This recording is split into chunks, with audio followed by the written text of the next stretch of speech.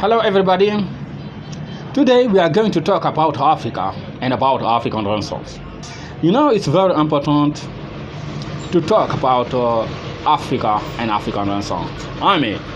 About our states and our continent. When you are abroad sometime, you need to do some things for Africa.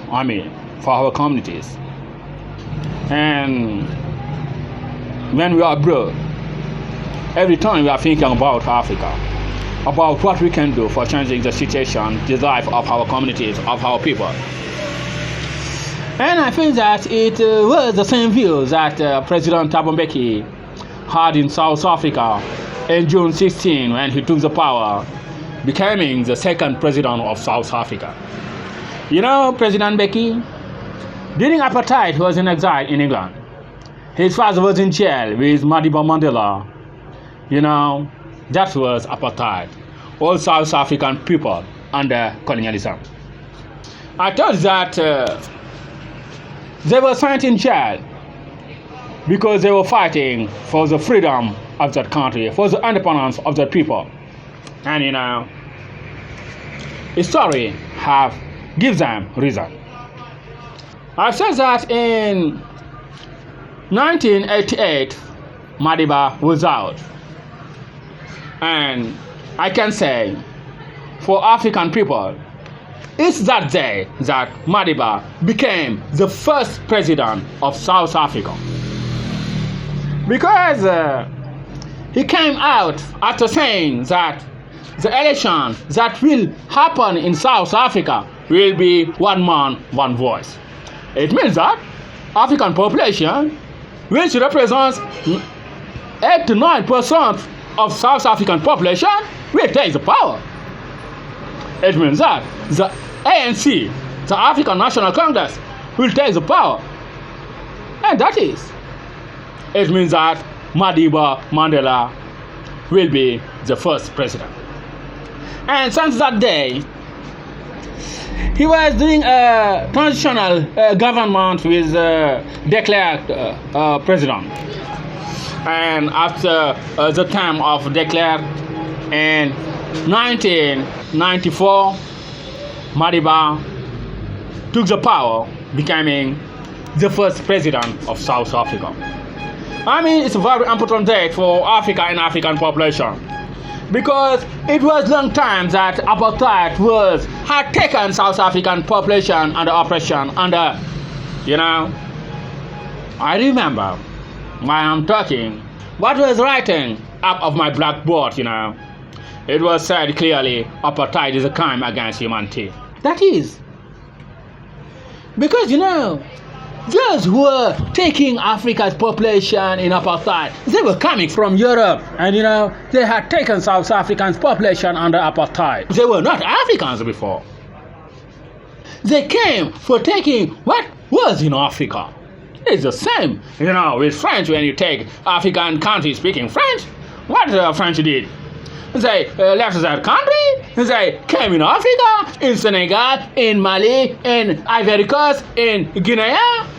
Take what was in our states and say, now this is for, the King Louis. Who's King Louis?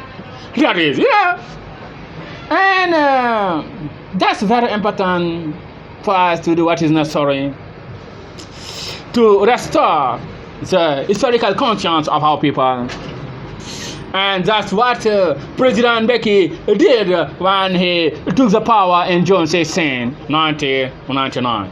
Saying that now it's time for Africa and African states to do Renaissance. I tell you that the word of African Renaissance was said a lot of decades before, I can say in 1948 by an African, Cheikh Anta Diop, a professor. The question is, when we talk about African Renaissance, that was the question that Cheikh Anta Diop was asking in 1948. The answer, we had it with the election of President Mbeki. Sir, Africa, for us, is the main thing, When we say that Africa is our mother, we say clearly that we are Africa. we'll do what we can, or we have to do what we can for changing Africa. It's true, it's clear. If we don't do it, Africa won't change. That is what has happened. Since 1960, since independence of a lot of African countries, the African countries speaking French were waiting. They said, yes, new generations will do it. What they were talking about? Do you think that we have to talk about waiting other generations to do the jobs that we can do today? No.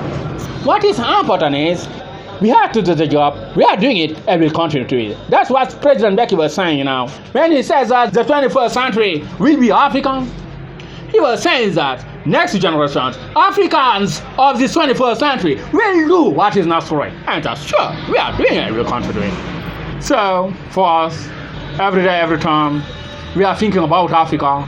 Every day, every time, we are doing what we can for African and African people for changing the situation in our countries.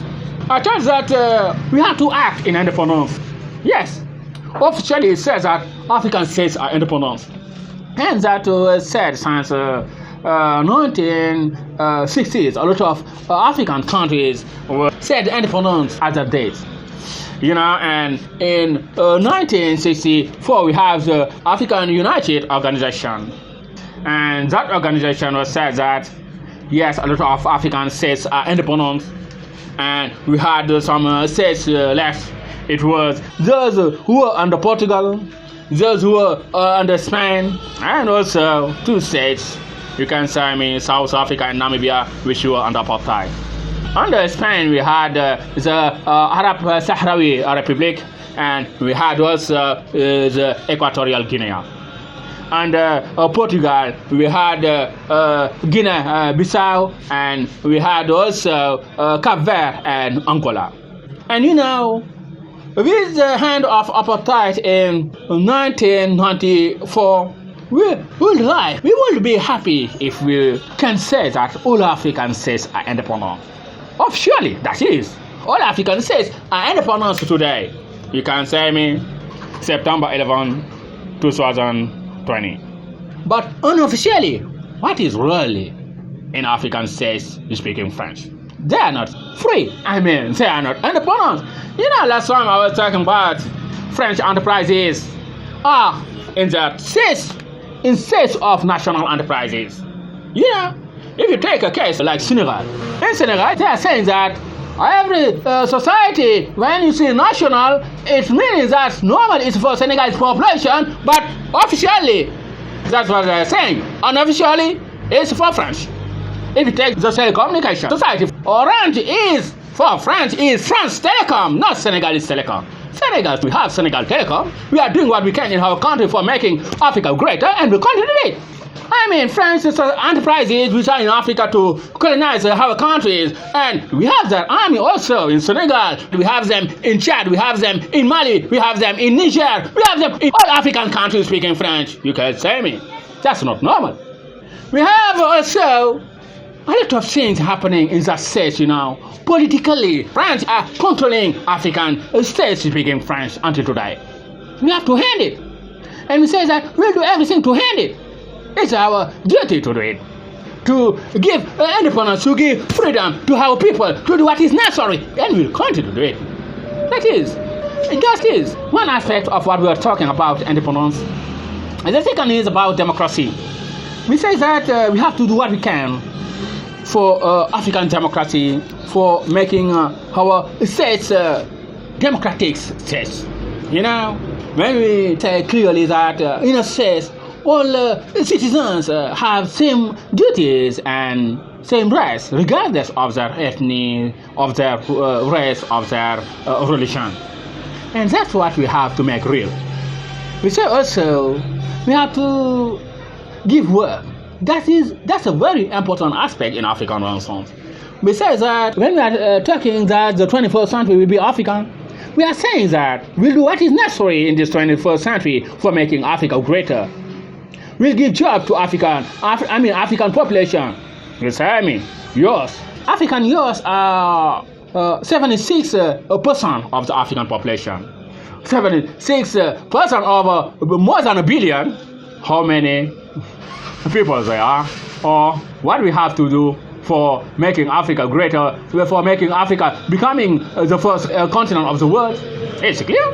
It's to give job to that population, to that part of Africa, to give knowledge to that part of Africa, to give them what they need for doing what they can for our continent. And we have some leaders in Africa who since a long time were teaching us that we have to do what we can. If we take the case of Senegal, we have the leader Cheikh Ahmadou Bamba who teach us that, every time we have to work as we want to die. That's a good view. That's a good ideology for African population. Every time we have to work as we want to die, and we have to trust in God as we will die tomorrow. That is, if we want really Africa to be the first continent of the world. Thank you very much. That's great, man.